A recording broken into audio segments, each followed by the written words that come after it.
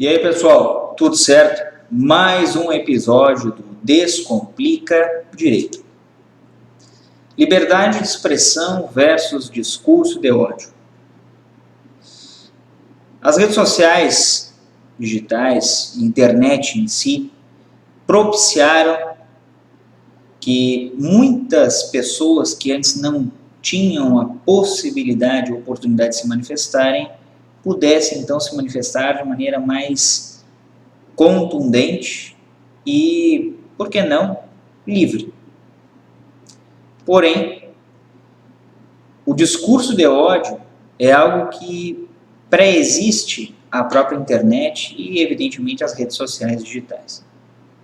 É algo que, desde muito, se discute. E um dos primórdios dessa forma de expressão desqualificada, odiosa, é propriamente a Segunda Guerra Mundial. Mais ainda do que a Segunda Guerra Mundial, a expressão política e ideológica do nazismo. E, evidentemente, que todas as outras correntes ideológicas ligadas a essa, como o fascismo na Itália. Então, essa forma de se combater uma pretensa liberdade de expressão sem qualquer tipo de limitação, há bastante tempo é discutida. No Brasil não é diferente. Temos a liberdade de expressão prevista aí nas constituições, mesmo que naquelas autoritárias, mas de alguma forma prevista. E evidentemente que na Constituição de 1988, lá no rol do artigo 5º dos direitos fundamentais, direitos e garantias fundamentais, ainda com mais força, mais clareza, mais instrumentos para que a liberdade de expressão viesse a não só ser observada, mas como garantida. Porém, mesmo com a Constituição Cidadã, nós temos limitações à liberdade de expressão.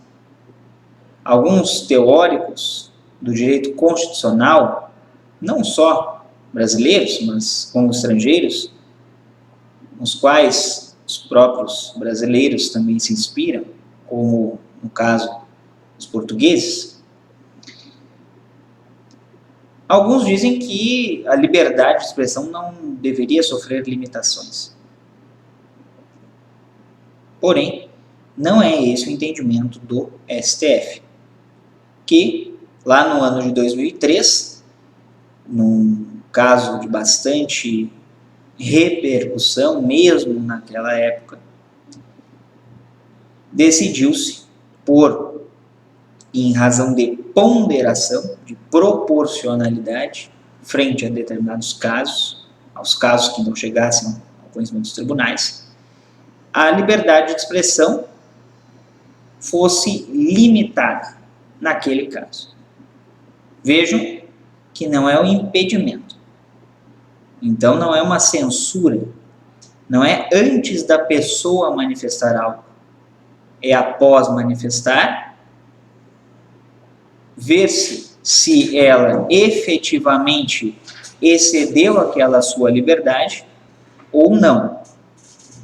Assim como a Constituição também prevê o direito de alguém que se sentiu lesado, sentiu ferido, ofendido por determinadas palavras, expressões, então regressar com ações indenizatórias e, por que não, também com ações criminais contra aquela ou aquelas que proferiram determinadas expressões, gestos, tiveram uma conduta que excedeu a liberdade e que, então, ofendeu a sua honra, seja ela objetivo ou subjetivo. E aqui não é o foco de nós discutirmos sobre isso.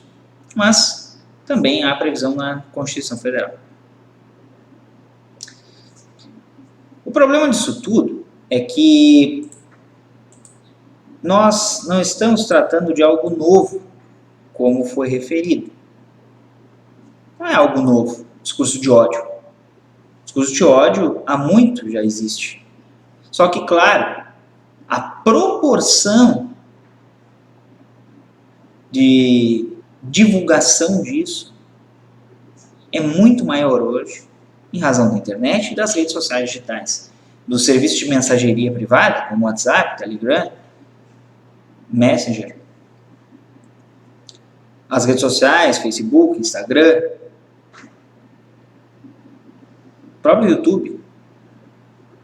Então, vejam que é algo que não é novo, mas que tomou uma proporção muito maior em razão da facilitação da comunicação e da facilitação de expressão das pessoas.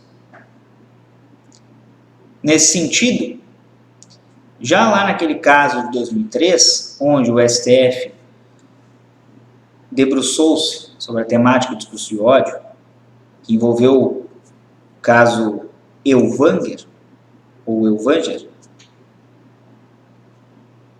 as publicações, as obras publicadas, que tinham um cunho revisionista e até antissemita, nas quais era negado o Holocausto judeu na Segunda Guerra Mundial, aquela pessoa, naquele HC, que chegou então ao conhecimento do STF, chegou para o julgamento do STF, manteve a condenação pelo crime de racismo e bem como as distribuições das obras foram interrompidas e também proibidas, se ainda houvessem algumas a serem distribuídas. Vejam que é um caso de 2003 que se aplica ainda hoje, embora tenhamos alguns outros casos já tratados pelo STF, seja envolvendo determinada produção artística falando sobre alguma religião, seja postagens, publicações nas redes sociais. Mas ainda não houve, de fato, um caso que atualmente tivesse sido julgado pelo STF com essa gravidade. A não ser o inquérito, os inquéritos, um deles já arquivado, nos quais eram investigadas e ainda são investigadas condutas, ações envolvendo atos antidemocráticos, propagação de fake news. E aí tivemos já a prisão de um deputado federal, que agora está em prisão domiciliar. Tivemos a instauração de uma CPMI, uma Comissão Parlamentar Mista de Inquérito, em ambas as casas, ou melhor, no Congresso Nacional, Senado Federal e Câmara dos Deputados, para investigar a propagação de notícias falsas, discurso de ódio, prática de cyberbullying, muitos aspectos. Mas esse caso que hoje a gente trata é o retrato daquilo que nós vemos quase que diariamente, como se a internet fosse uma terra sem lei. Recentemente, o youtuber Monark se manifestou no podcast Flow, qual ele era ou ainda é sócio e era apresentador, dizendo que deveria haver um partido nazista, se assim as pessoas quisessem, isso seria uma expressão, uma forma de liberdade de expressão. Na ocasião, 2 parlamentares participavam na conversa, e o problema disso tudo é ter a consideração de que havia uma exaltação ao nazismo, o que é caracterizado como crime. Apologia ao nazismo, enquadrado lá na lei dos crimes de preconceito, os crimes raciais, como já identificamos aí numa outra ocasião. Até essa lei lá do ano de 1989, que é a 7716, define os crimes resultantes de preconceito de raça ou de cor. E lá, então, enquadra-se a figura análoga ao nazismo. Vejam que é algo tão absurdo, tão fora de contexto, que sequer se imaginaria que em pleno século XXI, no ano 2022, se discutiria sobre isso. Mas sim. E o principal tema é: a liberdade de expressão deve ser limitada ou ela deve ser ilimitada? Nenhum direito constitucional é absoluto. Razão pela qual já definiu o STF e a boa parte da doutrina constitucionalista de que, em havendo conflito de direitos fundamentais, utiliza-se o sistema da ponderação e da proporcionalidade, o que, no caso lá, Elvanger, também foi que o STF utilizou. Ou seja, nenhum direito fundamental e nenhum direito constitucional ele é absoluto, como também poderá ser relativizado em detrimento de outro direito que se sobrepor naquele caso concreto ao primeiro. O segundo sobrepõe ao primeiro, ou o primeiro sobrepõe ao segundo, mas em conflito de direitos, um se sobrepõe ao outro. Esse é o sistema de proporcionalidade e ponderação que é hoje a base da jurisprudência do STF nesses casos. Principalmente quando se discute em ação de descumprimento de preceito fundamental, por exemplo. Vejam que é muito importante. Então esse youtuber coloca dessa forma, sofre um cancelamento, milhares de pessoas debatendo e se opondo a isso, está correto. Mas eu digo que a discussão toda, ela não se resume a esse fato, ela vai muito antes. E com outras ações aí que nós poderíamos questionar, outras condutas. Internet não é terra sem lei. Liberdade tem sim e sofre limitação, porque não é absoluta. Discurso de ódio deve ser rechaçado, seja da forma que for, presencialmente, de maneira virtual ou não. Isso se deve ter muito em conta e como primordial. Houve sim um excesso da liberdade de expressão, desse direito de manifestação, mas não se esqueçam que não é o único caso. Tem outros tantos casos que nós devemos combater igualmente. Igualmente. Hoje, querendo algumas pessoas concordar ou não, já se discutiu, inclusive, o denominado projeto das fake news, projeto de lei das fake news, em tramitação lá no Senado Federal, no Congresso Nacional, de modo geral. É correto ou não? Nós vamos deixar o link aqui para a pesquisa de vocês posteriormente.